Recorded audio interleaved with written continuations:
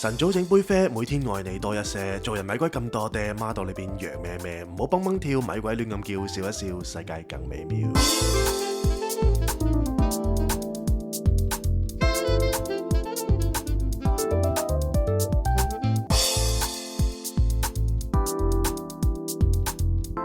Not a romantic story. Cindy, Jason。早晨嚟到不浪漫故事嘅第11季第22集。頭先嘅 Jingle 呢，其實我係一篤氣完成嘅。一篤屁定一篤氣啊？一篤氣嘅，但係呢，頭先最難嘅位呢，就係我要令到佢好 soft 啦。係。但係 soft 得嚟呢，但係又可以好緊湊。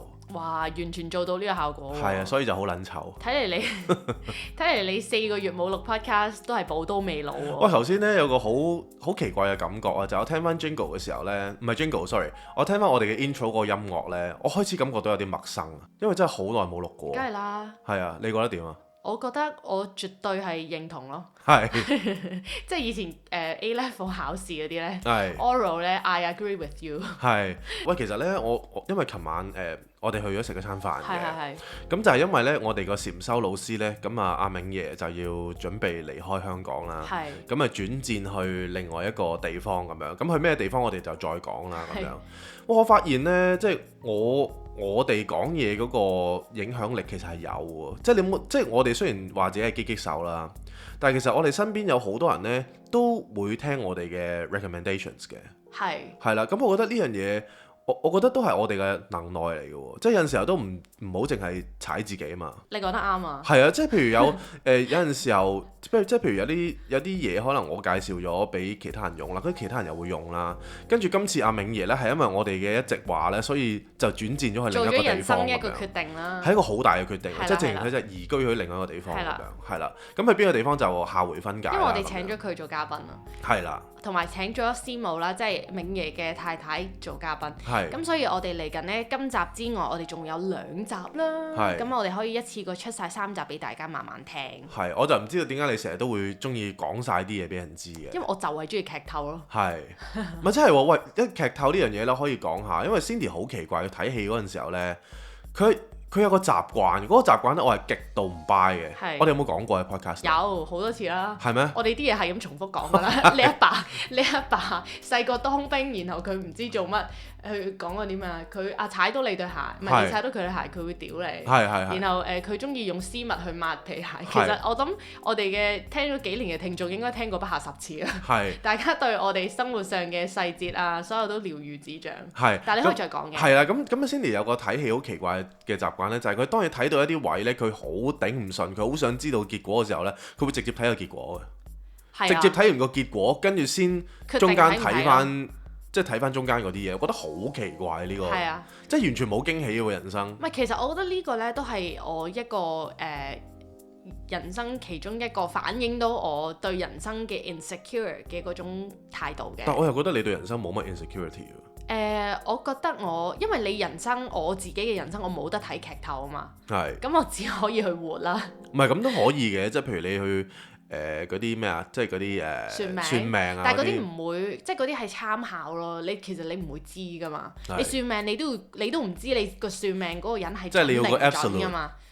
係啦，即係佢唔係100%。係。但係譬如我覺得戲嗰度就係我有時睇啲戲咧，我係好中意 happy ending 嘅，或者我要 make sure 個結局我係承受到，我先想去睇。係。咁所以點解就會我睇得下覺得喂呢度唔對路，哇好乸驚，我就會停一停，深呼吸，然後去睇劇頭，然後 OK 冇問題，佢之後會過到關嘅，咁我咪繼續睇咯。係。就係咁咯。係。同埋咧，即係突然之間，我哋好跳啊！今日我哋好跳，即係突然之間我諗到啲嘢，我又想講。你講啊！我諗大家都慣咗啦。即係咧講開情緒風暴咧，我有個我唔知點解有個感覺係好奇怪，就係我會覺得我自己好想獨處，同埋我身邊係唔想有任何嘢發生。即係你去想深山咁樣。我想喺深山，同埋我唔想見任何人啊。咁你可以做嘅，其實你一大有條件。唔係，但係個感覺就係。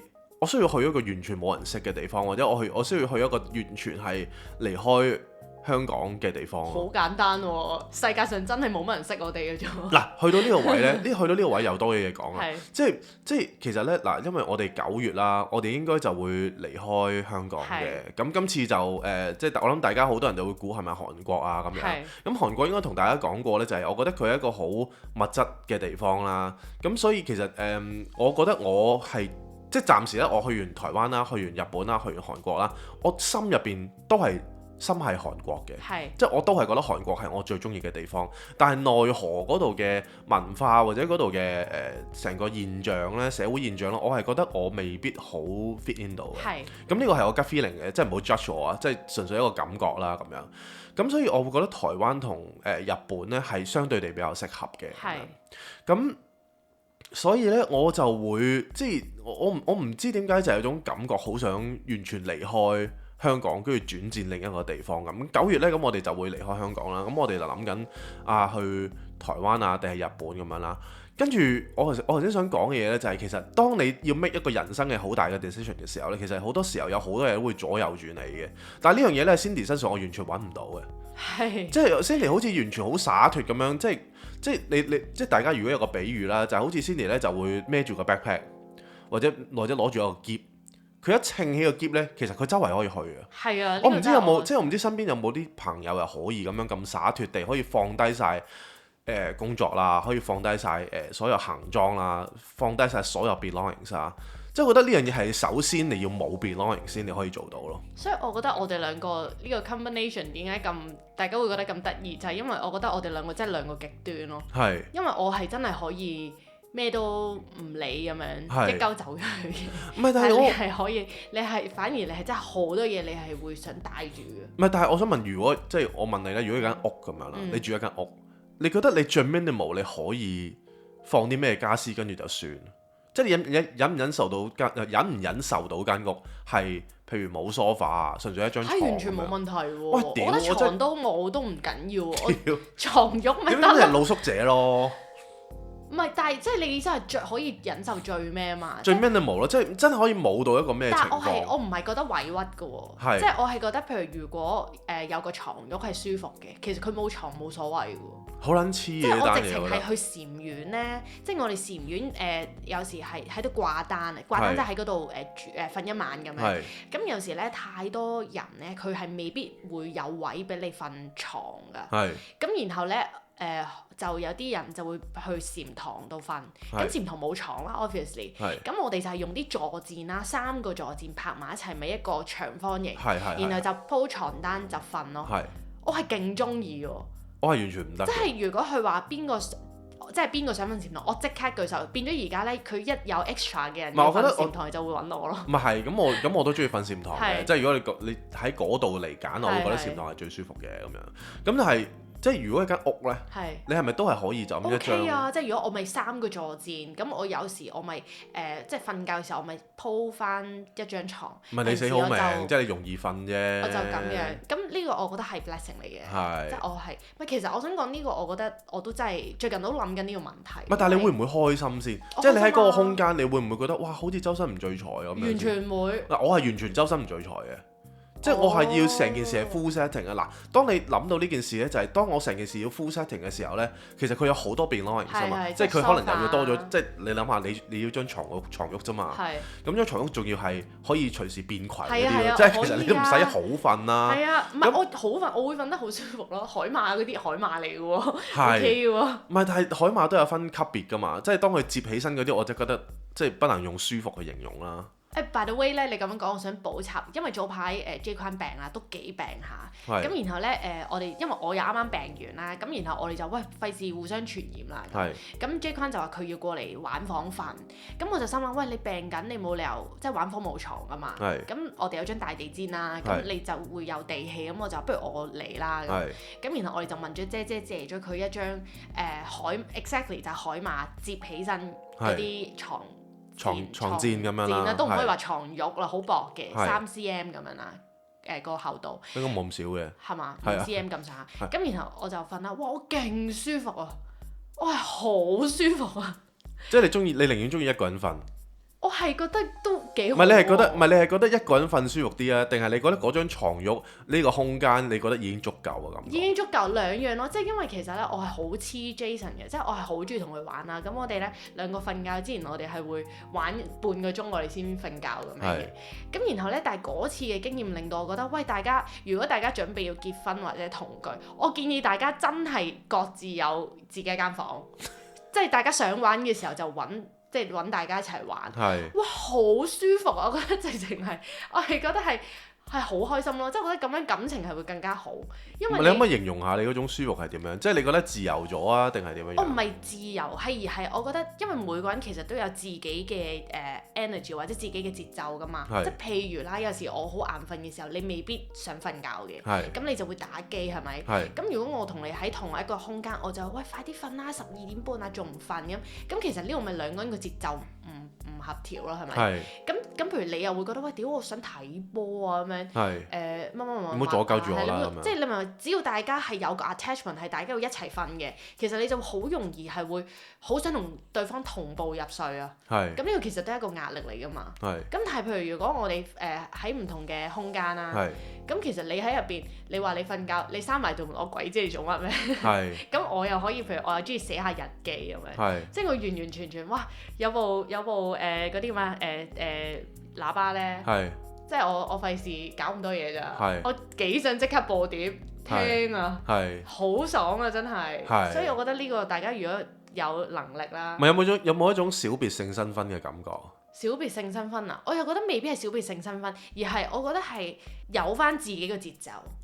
咁你做翻自己，又唔係做翻自己，即係你只要係可以維持到你嘅節奏啦。其實每個人都係滋養緊自己噶嘛。咁譬如你開心嘅話，你同你一齊嗰個人咪開心咯。咁如果你唔開心，咁你同你側邊嗰個人其實點樣都會唔開心嘅。所以我覺得係最緊要係大家要照顧好自己，而有自己嘅空間呢，係一個最容易可以 restore 你嘅 energy 嘅一個地方咯。但係你想唔想像到自己即係周圍去嘅時候，跟住你流離浪蕩，跟住之後你喺唔同嘅地方住，你都會覺得自己好 comfortable 嘅感覺。我覺得你會唔會有種好 insecure 嘅感覺？即係你哇去到某個地方，哇有寄人籬下咁，有冇呢種感覺嘅你？又冇喎，但係其實我最近真係有諗一個問題，因為最近我同 J 君咧都喺度諗，咦究竟我哋嘅人生at the end係想體驗啲咩嘅生活咧？咁我都諗過就係其實我覺得即係我哋而家開 Lamps 啦，都係一個幾大嘅課題，俾我知道其實我係真係唔適合混喺一個地方。咁譬如我唔介意，我諗人人都係咁噶啦，不過都唔係有啲人都真係可以混。唔係咁，但係講真，你可以混佢係因為你有一份豐厚嘅人工啫。咁你諗下，咁其實我覺得呢個世界唔係個個人都中意創業㗎，真係。唔係個個人都中意有一個uncertainty 嘅，即係譬如有啲人佢真係覺得，喂，我有份工，我每日準時返工，我知道我要做啲乜嘢，然後我放工。然後我每個月出糧，其實係有啲人係真係好開心㗎，而呢一個我覺得係完全冇問題㗎。唔係因為我真係認識咗有啲人咧係中意返工嘅。係啊，真係中意返工，即係佢會覺得我真係好開心喎，我有咩問題啊咁樣。我放咗工之後，咁我真係有時間又有能力去做我中意做嘅嘢，其實係好 work-life balance 㗎嘛。咁所以我覺得真係好好，就係呢個世界有好多唔同嘅性格啦。咁一定要啦，因為你有公司，你一定要有人幫手做嘢㗎嘛。咁其實係好正常嘅。其實都唔係啊，譬如我哋而家有張 Lamps 嘅公司咧，我哋都唔一定要有人嘅。係啦，唔係，但係你要有人做嘢。咁 either 你自己做或者有人幫你做咯。咁但係我覺得我個性格就係我其實係真係唔適合長期喺一個地方咯。即係 even 係我哋做自己嘢咧，你要我一個禮拜開6日係 Lamps，就算佢日日都好多人。我都唔得。OK。即係我都唔得。就算日日好多人都唔得。唔得。其實我係得嘅。咁所以要好多人啊，前提要好多人。係啦，即係你係中意，你純粹你而家係覺得 Lamps 有時可能平日你坐咗成日都冇人，你嗰種感覺好 drain out 啊嘛。但我係唔得咯，就算你日日都好多人我都唔得。跟住我就回顧翻啦，其實我嘅人生啦，即係我由翻第一份工開始啦，我係冇停過請假去旅行㗎。即係我係 keep 住係一定會走咯。咁而我翻嗰啲工咧，但一定會走，唔係話離開公司係嘛？唔係離開公司，但係我翻1年我就 peace 㗎啦。OK。所以我都係嘅，我都係一年就走嘅。但係我係轉工種喎。哦，咁你係誇張啲。即係我係第一份工做記者啦，係第二份工我就有份短暫嘅，我做咗一啲即係你叫搞 event 啦，係但係比較好文職，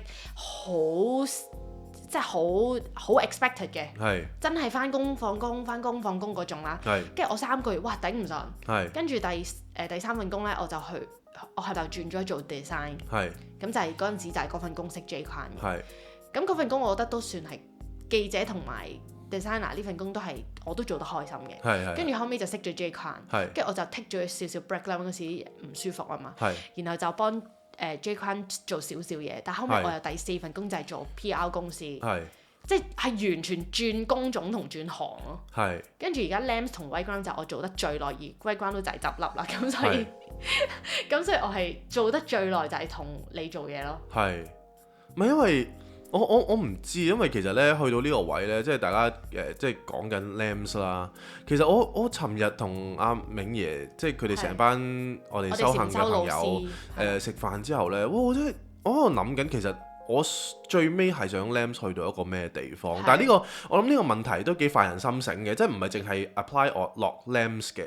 我係覺得其實譬如大家聽呢個 podcast 咁啦，其實大家你返工賺錢為乜啊？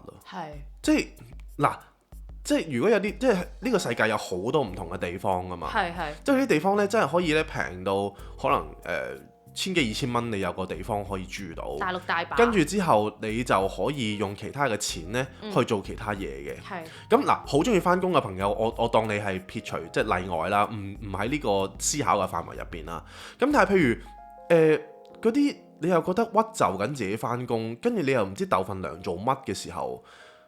咁我真係喺度諗，其實 even Lams 係一樣我自己覺得去彰顯我自己對美學或者我對我自己設計嘅能力嘅一個肯定嘅時候嘅一份工咧，都已經係幾賞心樂事嚟嘅，因為呢樣嘢係我自己中意或者 believe 嘅嘢嚟㗎嘛。咁但係我去到一個位，我去問我自己，其實我點解要做落去嘅時候，我真係起咗一個好大嘅 question mark，即係。其實做落去做乜呢？因為點解咁講呢？因為其實有好多時候呢，你要做一個 brand 啊，或者你做一樣嘢呢，其實有好多 loop 嘅。如果啲 loop 呢，即係直情話，直情係 loop 到，即係嗱，你出一件 product 啦，你一定係經過同樣嘅嘢嘅，就係揾製造商啦，跟住你要做設計啦，你要做印刷啦，即係其實呢個 loop 呢係不停咁樣去 go around 嘅。咁如果呢件事不停喺度發生嘅時候呢，我就會真係喺度問自己，其實我條橡筋可以拉幾耐啊？因為其實每一個呢個 process 咧，你話啊係啊，即係一個享受，你去享受你自己呢種不停向前向後嘅 thinking， 即係 back and forth 嘅 thinking 嘅 process 都好啦，你都會覺得有啲位咧好厭倦啊，即係好似嚟去做嚟做去，其實都係咁，同埋最尾其實有可能你會即係如果你啲嘢賣得嘅，咁可能你會有啲成功感啦。咁但係我哋唔係樣樣嘢都賣得噶嘛，咁同埋我哋一個咁任性嘅品牌，其實真係好多時候我哋出咗啲嘢呢，有啲人係覺得百思不得其解，即係唔知點解啦。咁我就會覺得，即係其實我做落去。我想 Lams 去到邊個位置，咁我又去咗一個位就係，喂，其實不如，因為其實你養一個品牌要錢㗎嘛，即係其實嗰啲投入嘅錢真係好多啦，即係講真呢3年都燒咗我唔少錢啦，咁本身我又唔係一個富二代，咁我喺度諗，喂，其實嗰種對錢嘅 insecurity 咧，佢又翻嚟啊，即係又去到一個位，其實我點解要每個月俾一嚿咁樣嘅錢？點解我不停要出一啲 product？ 咁嗰啲 product 咧，我又 please客人與唔 please 之間嘅，即係我又想人哋買啦，但係同一時間呢，我又想滿足自己嘅對美學嘅追求。咁呢種掙扎其實 mentally 已經好唔舒服啦。咁但係個問題，咁我唔係 Juno 嘛，大佬，即係如果我係 Juno，我就中意做乜鳩都得啦。咁但係個問題就係我唔係咯。咁所以去到一個位就係我唔知我一路 run 呢個 brand。我最後我想佢變成點？又或者其實我投放咁多嘅精神、咁多嘅錢落去嘅時候，我唔知佢可以帶到我去邊。咁所以我去到呢個位，我就有一個好大嘅疑問，我人生應該繼續點樣行落去？係啊，你有冇呢個咁嘅感覺？我覺得我可能係比你個情況容易啲嘅，因為你冇好 attach。點講呢？因為我覺得我開心嘅，我好知道我開心嘅來源係乜嘢咯。係咩呢？我開心嘅來源就係我係好中意去試唔同嘅嘢嘅。係啊，我就係覺得呢，你好中意體驗好多唔同嘅嘢。啦即係譬如你舉例，我哋去一次日本咁樣啦，去擺個展啦。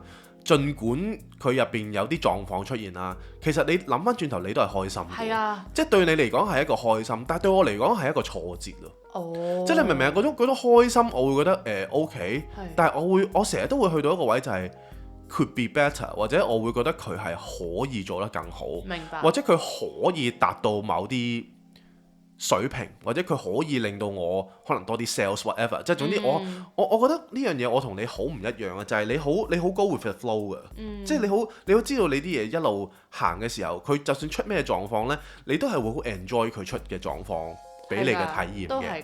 As long as 佢係一個新嘅體驗，你會覺得哇，我都係好開心嘅。係。但係對我嚟講，我係好多嘢咧都有 expectation 嘅，我係中意框住佢。即係舉例，我哋去完日本呢個展覽啦，我會 expect 會多咗生意啦，或者多咗一啲創業嘅機會啦。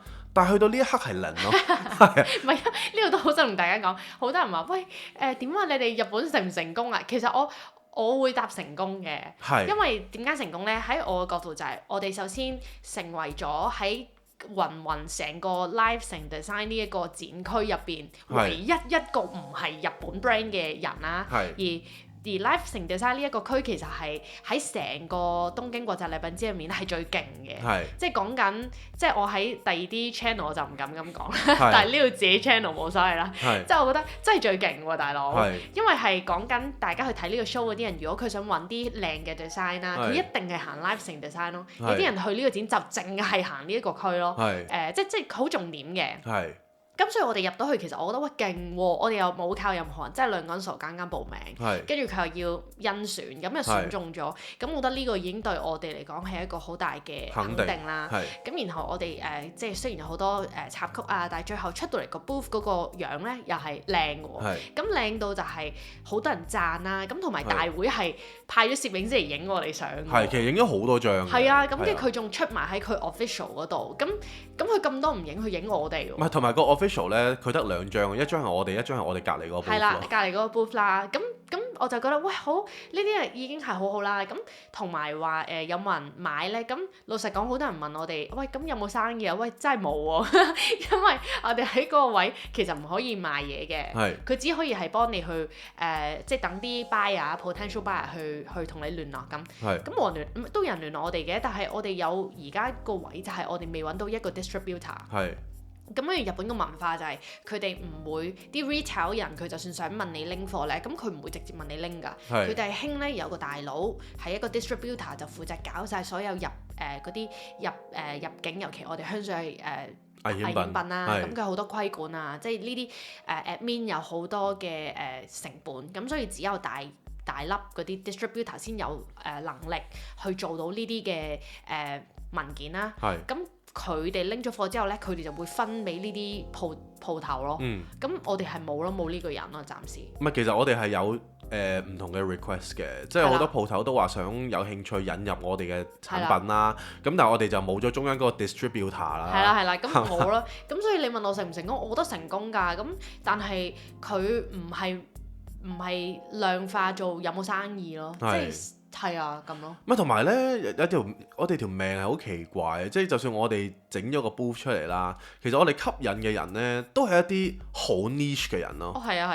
即係 niche 到爆，即係可能佢本身都係做啲好 niche 嘅 fashion brand 啊，佢哋做啲好 niche 嘅 interior design 啊，即係佢哋入得嚟，即係停留得喺度聽我哋去介紹嘅人，其實佢哋都係一啲，我覺得係幾有耐性同埋幾有文化氣質嘅人咯，同埋我哋會吸引到好多好搞笑嘅嘢，例如有個 designer 佢就係做 interior 嘅，應該傾咗好耐嘅，同 J 坤好鬼投契咁上下啦，跟住後尾拎晒 email 咁樣，以為佢做咩啦，跟住佢話佢好凝重啊，喂下個禮拜我會 send email 俾你噶啦，咁你知日本人佢講咗話 send 就 send 噶啦嘛，咁即係收到喎，咁佢收到之後，咁 J 坤已經完全唔記得咗呢件事啦，咁然後我就即係幫佢睇，喂呢個咩嚟㗎？係咪有人問我哋拎貨？咁我一睇唔係喎，佢叫你去參加一個 interior 嘅展覽，係叫你又去入水啊，又去擺 booth 咁樣。係。咁但係我覺得呢啲位咪就係其實如果即係你好悶㗎嘛人生，你下下都講即係錢。係。咁我覺得唔係有啲人覺得淨係講錢係唔悶嘅。因為佢哋不停有進帳。係啦，但係其實我想講，我係勁中意錢㗎，我發錢寒㗎，哇！真係好中意錢。嘥氣啊！唔係，我真係好中意錢㗎。嘥氣。喂，有錢我勁開心，我又可以自己食咩，唔使睇價錢，我買咩，請啲 friend 食飯，送禮物俾佢哋，又可以周圍去旅行，我係好中意錢，我亦都好希望錢係向我湧過嚟，大家用錢答我，完全冇問題。咁但係我覺得呢一個位就係，咁其實而家我哋唔係。即係我哋好彩之前買咗樓啦，咁唔係有啲好多嘅錢，但係我而家起碼我食飯，我真係哇好開心啊！我食到飯，即係我而家唔係等錢開飯啊嘛，咁冇生意咪冇生意咯，即係我係咁諗。係，我唔知啊，即係我覺得人生就係好多時候。你嘅經歷或者你嘅成長呢，即係可能我唔知點解啲人話喂差唔多去到40歲啦，咁我而家越嚟越近40歲啊嘛，即係好近啦。咁佢就會話有個 midlife crisis 嘅，但係嗰個 midlife crisis 呢，我覺得佢唔可以用一個 term 去講出嚟嘅，即係佢只係一個即係 midlife crisis 呢個字本身只係個 term 啦，但係嗰種恐懼呢，係真係由心而發地。唔知下一步應該點，而自己亦都覺得人生可能過咗一半嘅感覺咯。明白。即係嗰種好似時間已經唔再允許你做太多唔等使嘅 decisions。其實我想講，我絕對明白咯，我絕對明白。但係嗰啲 decisions 有陣時候，即係你知啦，即係無常啊嘛，人嘅心不停喺度變緊嘅時候，其實佢就係好似。即係你話聽住個心去行，咁就係有好多唔同嘅 decisions 要 make 咯。咁但係你又唔知嗰啲 decision 咧會 lead 你去邊喎。所以係嗰種好人神交戰嗰種感覺，就係我唔知道我呢一刻我呢個 decision 咧，對於我未來或者下一步係咪一個好 positive 嘅影響？而呢樣嘢就好似好計數啦。但係個問題，人生其實唔係一個數學嚟㗎嘛。其實係咪你仲覺得你係咪仲想控制佢咧？係啊，咁當然當然你問我，咁我好 honest 㗎嘛，即係我諗我哋同聽眾嘅關係點解會 build 得好，係因為我哋真係咩都講啦。咁我係真係有種感覺咧，我人生我好想控制佢每一步行去邊嘅。咁但係當然啦，即係有啲人就話咁你唔好控制啦。但係我種控制咧其實係有少少 margin 嘅。但係嗰啲 margin 當然唔係好似你咁，或者唔係好似其他嘅朋友咁，可能佢個 margin 就係 OK。個 life 帶我去邊，我就去邊啦咁樣。我唔係咁鬆容嘅，即係我唔係咁 easy going 嘅。我就係覺得我有啲位，舉例，我染咗隻紅色嘅頭髮，我就預咗俾人 check 身份證㗎啦咁樣。即係你要即係有種嘢，即係譬如我染紅色頭髮呢，我係已經計算咗我會俾人 check 身份證，或者我間學校可能唔再俾我教書咁樣嘅一個嘢，所以我先去染。其實你咁樣好好喎，即係你已經係諗定最差係點，你成就到你就做，咁係好好啊。但係個問題就係，我有陣時候我唔知道佢會唔會有啲嘢係好失驚無神咁彈出嚟，所以我就會即係當然嗰刻我好想染紅色頭髮啦，但係我會因為嗰啲嘢所以唔染紅色頭髮咯。即係就算我計算計到盡啦，我都會有一個位咯，好 insecure 同埋好驚呢。有啲因素覺得會無啦啦佢會發生嘅。舉例話，你染咗頭髮，你會生癌嘅，咁先算啦。即係你係好驚有啲你諗唔到嘅嘢。係啦，會發生。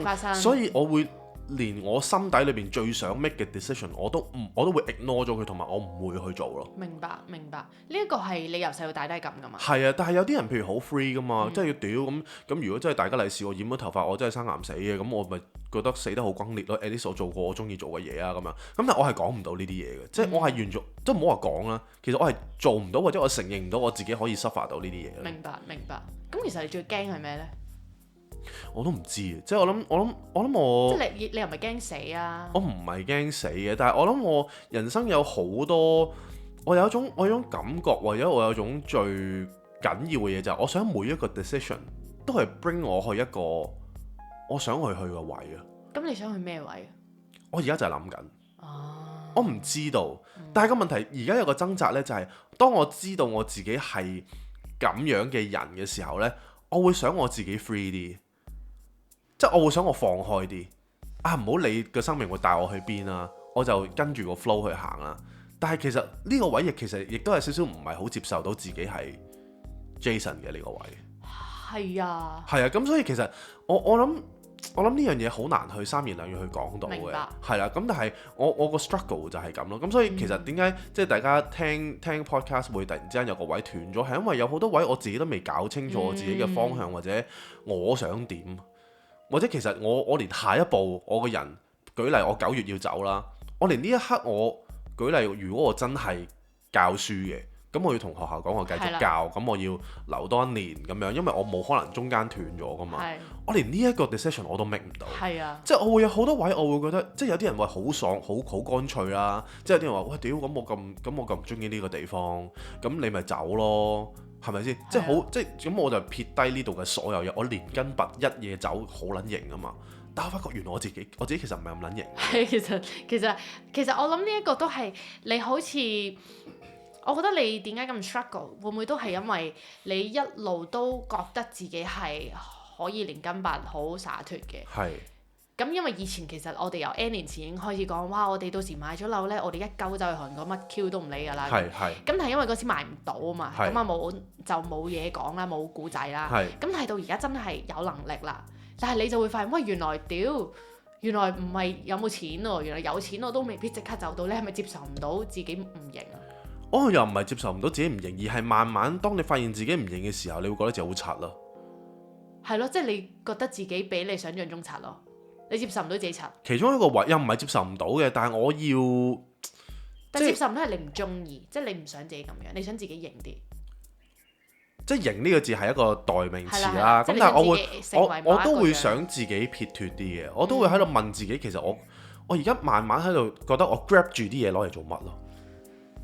咁其實我覺得呢個都係一個好好嘅 question mark 嚟喎。即係譬如我有好多好靚嘅家私，我有好多好靚嘅盆栽啦，我有好多好靚嘅嘢啦。咁我喺度諗緊，喂，其實如果我真係老老實實，我唔賣呢啲家私啦，我要將呢啲家私全部嘢都帶去一個地方，其實我真係好痛苦。係啊，你會好攰、好貴，同埋你會我好似得不償失嘅感覺咯。係啊，有啊。咁我就會覺得。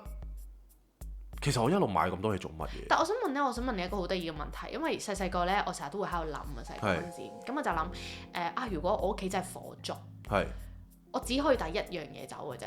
咁嗰樣係咩咧？咁我記得我細個咧係即係人唔計啦，我係淨係會帶我屋企啲相簿走。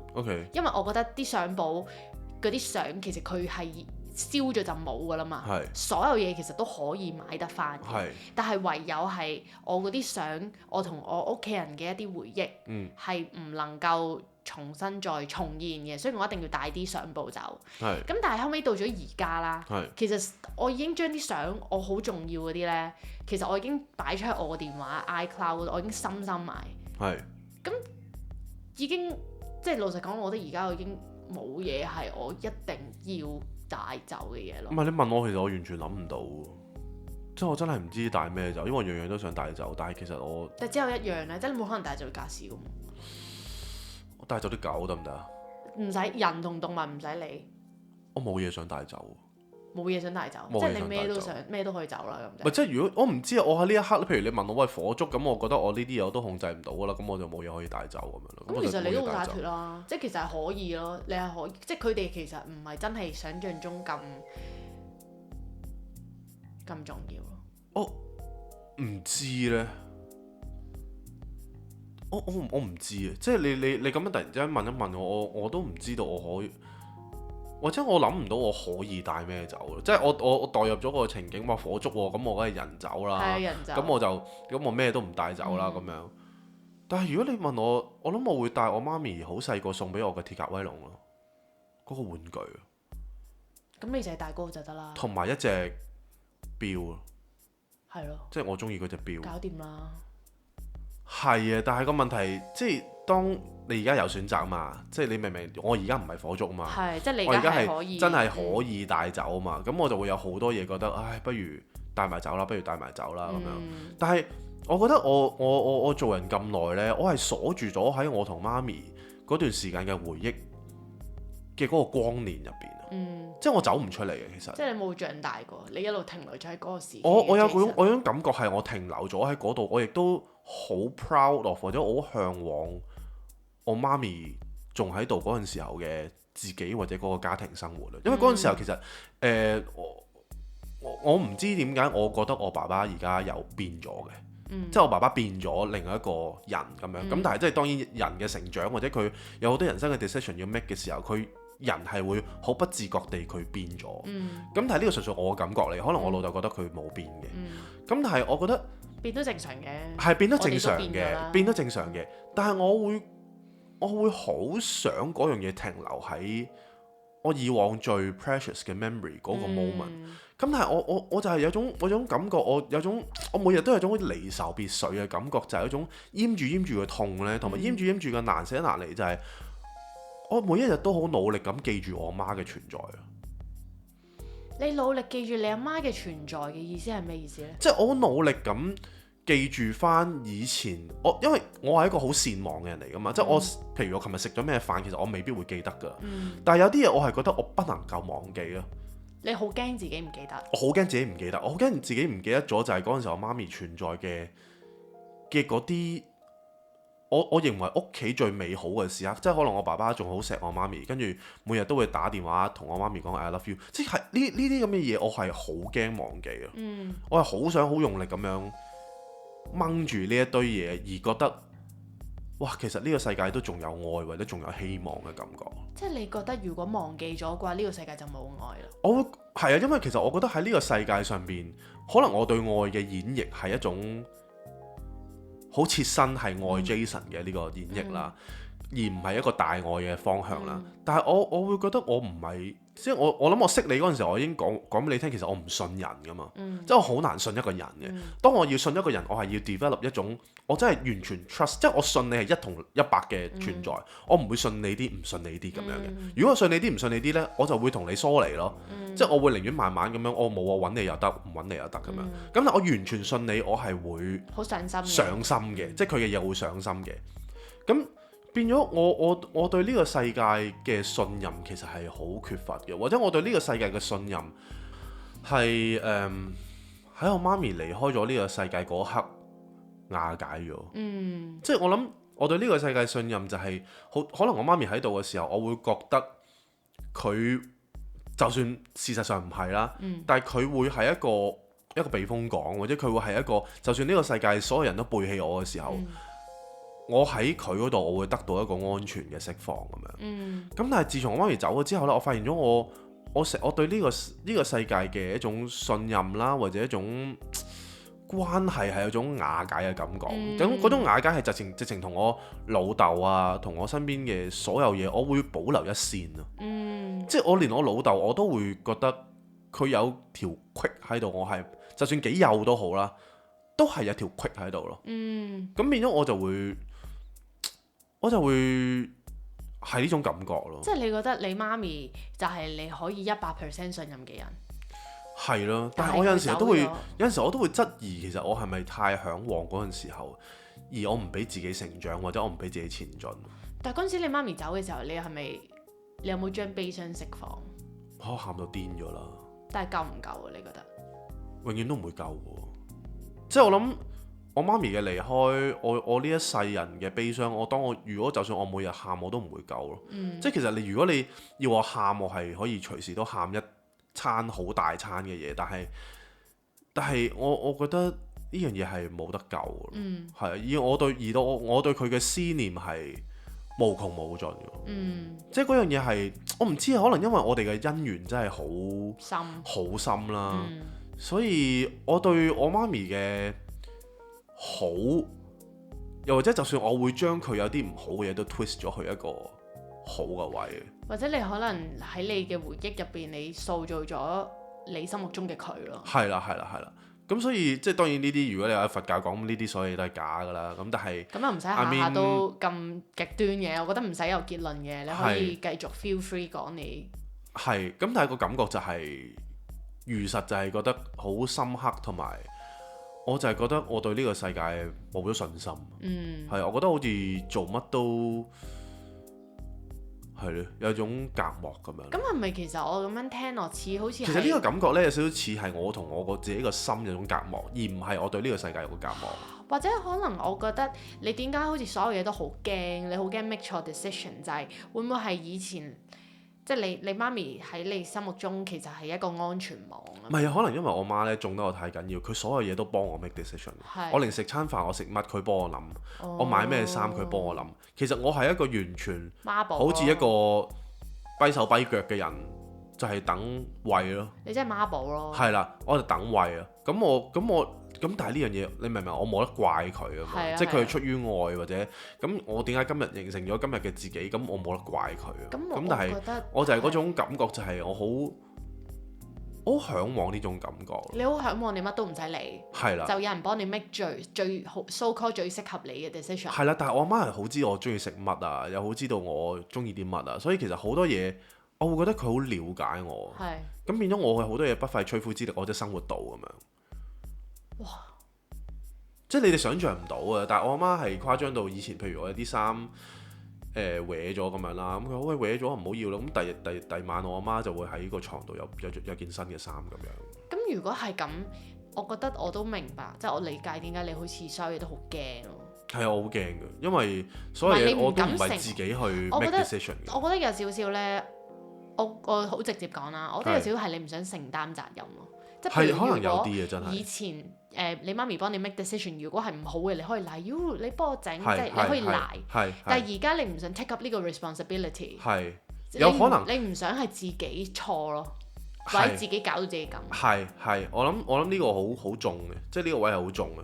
喂，但係點解今日變咗談心環節嘅？唔知啊，你講下。你由得即係你變咗白姐姐喎，而家係。你由得下開咪已經 set up 咗呢個 tone，我哋就繼續 go with the flow。喂，唔好意思啊，即係要大家聽咗咁多關於我嘅嘢啦。但其實我覺得好深咯，你講得，即係你挖得好深啊。唔係因為其實我係真係好 honest 咁同大家，或者好 transparent 同大家去講呢件事㗎嘛。其實好笑。咁係啊，即係你講到譬如唔想承擔責任係有呢個感覺㗎。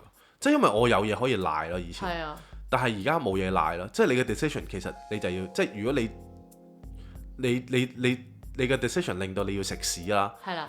咁就係我令到自己食屎咯。但係其實你令到自己食屎呢樣嘢有咩問題呢？我就係唔想食屎啊！但係你人生一定有食過屎啦。係啊。咁無論係人哋俾你定你自己俾你，但我會屌我自己，點解要令到自己食屎啊？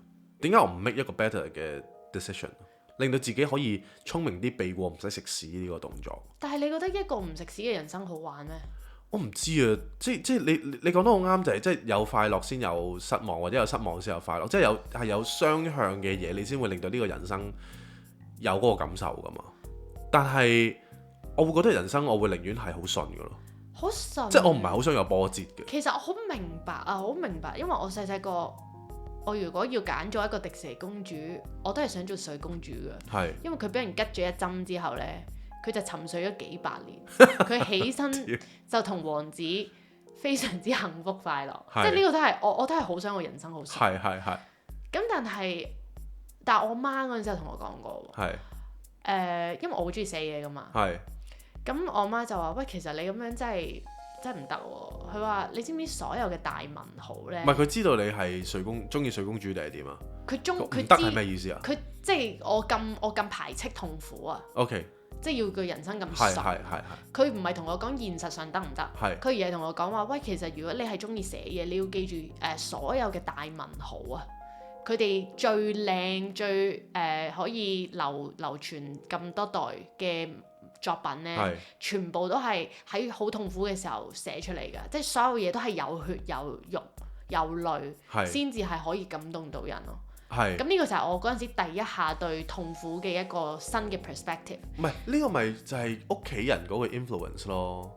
我屋企人唔係咁㗎嘛。但係係嘅，但係你而家你都有你嘅人生㗎嘛。唔係你明唔明啊？即係我喺好細個已經 build 咗一個咁樣嘅perspective 啦，其實我係好難行翻出嚟，即係唔係話唔得，即係得嘅，但係我要好大力咯。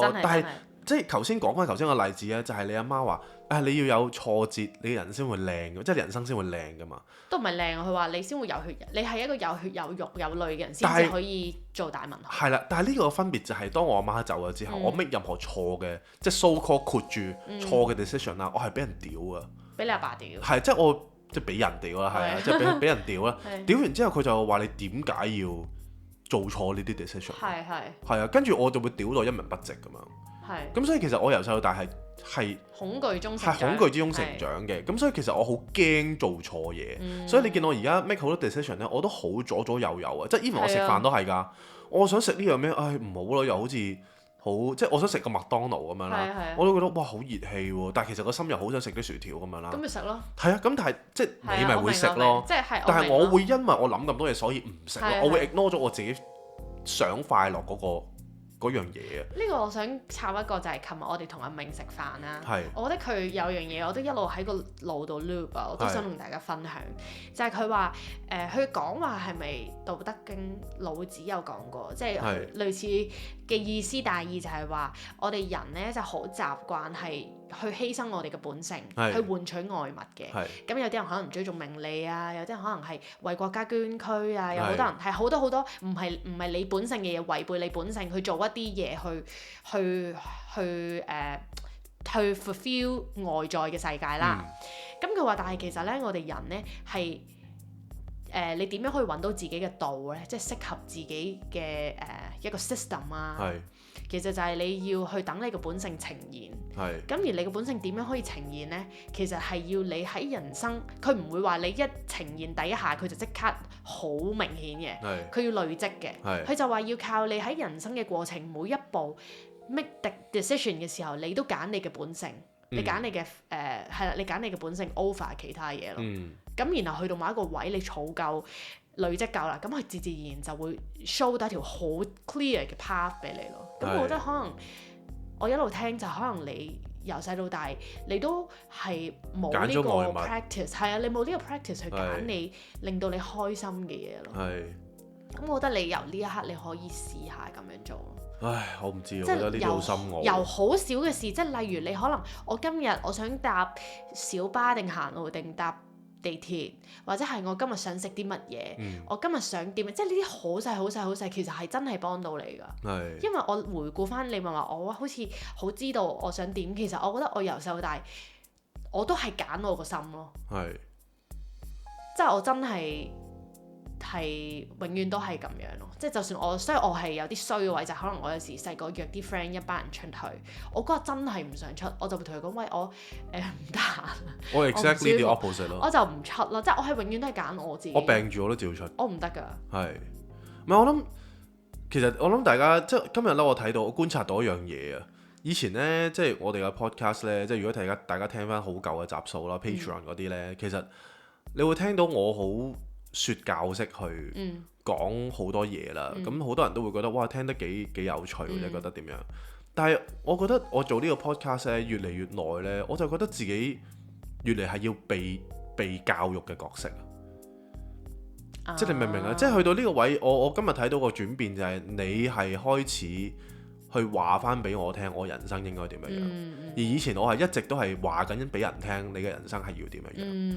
咁所以我覺得呢個 podcast珍貴嘅地方，我自己都係而家先諗到嘅啫。珍貴嘅地方就係大家會真係完全睇到，喂，原來一個人一個轉變啊，或者成個角色嘅調換啊，其實你唔一定一世都係做住一個教官嘅角色。當你做教官嘅時候，其實你都有脆弱嘅部分。其實係啊。又或者其實你做教官嘅時候，你都有好多唔識嘅部分，即係經常可以提醒翻自己，其實自己永遠都係一個學習嘅階段，永遠都係有好多不足，永遠都有難題，永遠都有好多唔同嘅思考，或者好多唔同嘅掙扎喺你嘅人生入邊去不停去處理咁樣。同埋我覺得所有角色都冇高低之分咯，即係無論係你教官定係學生咁。係，就係你當時嘅狀態係點樣？係啦，同埋其實你每個你都係互相滋潤緊對方，你都係一個互動嘅角色啦。咁我回想翻你好大轉變，其實我都好大轉變。我回想翻啱啱做 podcast 嗰陣時，我諗係2020年咁上下，5-6年前咁啦。咁其實我覺得嗰陣時我個狀態，我係一個我個心好知道我想點，但係我係一個唔係好擅長去點講啊？即係譬如我就算啱啱話個例子係同啲 friend 約好咗咁樣，咁我係唔會俾佢哋知道我唔想去。係。但係我會揾好多奇怪嘅原因去唔出現。係。咁樣。咁但係我諗而家我可以係會比較 comfortable 去同佢哋講啊，其實我今日真係唔係咁想出嚟，即係會由我以前淨係知道自己想點而唔敢講出嚟，去到依家我覺得我知道我想點而我係願意或者我敢去講出嚟咯。我諗呢樣嘢呢，你係好熟悉你自己想點嘅。係。但係我由細到大個 focus 就係去咗人哋度，即係我會 care 咗人哋嘅感受先。即係譬如人哋我約咗你出嚟啦，其實你係想見到我嘅，所以我或者你個 schedule 入邊係有我存在嘅，所以我必須要去。就算我病都好，我都必須要出席，因為你嘅 schedule 入邊有我。即係但係我而家即係呢樣嘢呢，雖然即係我講出嚟好細翳咁樣啦，即係可能好多人都會覺得哇唔舒服，我咪唔出現咯。但係其實以前我係誇張到我就算我病咗啦，我發緊燒啦。我知道如果嗰場波要我去打呢，我係照去打㗎。哇！即係我係冇完全我由細到大係 ignore 咗我自己個心同我講嘅説話㗎。咁所以其實我係經歷緊一場咁樣嘅嘢咯。即係我唔係話好辛苦或者我唔係要怨或者點樣，但係對我嚟講唔容易啊。其實我覺得你就算要怨係你話係辛苦都完全冇問題咯。即係其實你可以容許自己覺得你而家真係好辛苦咯，冇問題。我又覺得我又唔係辛苦，但係我好掙扎啊！係啊，即係多位我唔知應該點樣。係好掙扎，其實係唔舒服㗎。係啊，你諗下你個 mind 同你個 body 唔 align，即係你個 mind 唔好話你個 mind 入邊都有好多舊嘢都唔 align 嘅時候，其實係打緊交。係啊，咁所以我就係 function 咧，係咪？係啊，所以我就係長期喺一個唔 function 嘅狀態，但係要扮到好 function 咯。其實你都辛苦咯。係啊，就係咁咯。咁但係係咯，喂，希望即係唔知點解今日變咗白姐姐。其實我都唔係白姐姐，我純粹係一個濕鳩回應你嘅啫。是但啦，你當你自己係白姐姐先啦，今日黑姐姐啦嚇。唔係，我哋仲有未講啊。我哋想即係頭先我哋係咁提阿明啦。除咗我想預告佢會出現喺我哋下一集之外啦，咁其實就係我哋好想邀請大家，因為阿明就話佢因為佢嚟緊要去離開香港啦，咁去邊度我哋就等下一集揭曉啦。咁 anyway 就係佢4月8號就係最後一日喺香港。咁而我哋其實一路都有跟佢坐禪啦，雖然之前停咗，但係最近我哋就 pick up 翻嘅。咁佢就喺4月8號呢，我哋就會喺上環啦、太平山街嗰度有一個 studio 啦，叫 Sora 啦。咁好好就係我哋有個朋友 Teresa 就。佢就好好啊！佢 offer 呢一個 space 俾阿明啦，去做最後一個喺香港嘅 meditation section。咁就係7點至到10點嘅。咁佢會開放少少名額俾我哋嘅聽眾啦。咁如果大家有興趣，歡迎可以 DM 我哋話俾我哋知咯。咁就完全免費嘅。記住費用全免。如果大家因為老老實實我諗我同 Cindy 啦 ，Cindy 都唔會覺得我講錯㗎啦，就喺佢身上真係學到好多嘢嘅。超多。係啦，咁所以如果大家想種一粒好嘅種子啦，善知識俾自己個腦入邊呢，你潛意識入邊呢，其實係絕對去建議大家去參加呢個 section 嘅。名額唔多，咁但係希望大家早報名早享受。冇錯。係啦，咁啊係咁多啦。喂，即係再一次唔好意思，令到大家聽咗咁多關於我自己嘅嘢。咁但係係啦，希望大家都 enjoy。或者可以 depth 真啲睇下，原來你自己係咪都有面對緊呢啲情況呢？有冇種好似有共鳴嘅感覺呢？希望你有啊！咁希望我講嘅嘢冇白講。多謝大家收聽，係唔先啦，拜拜。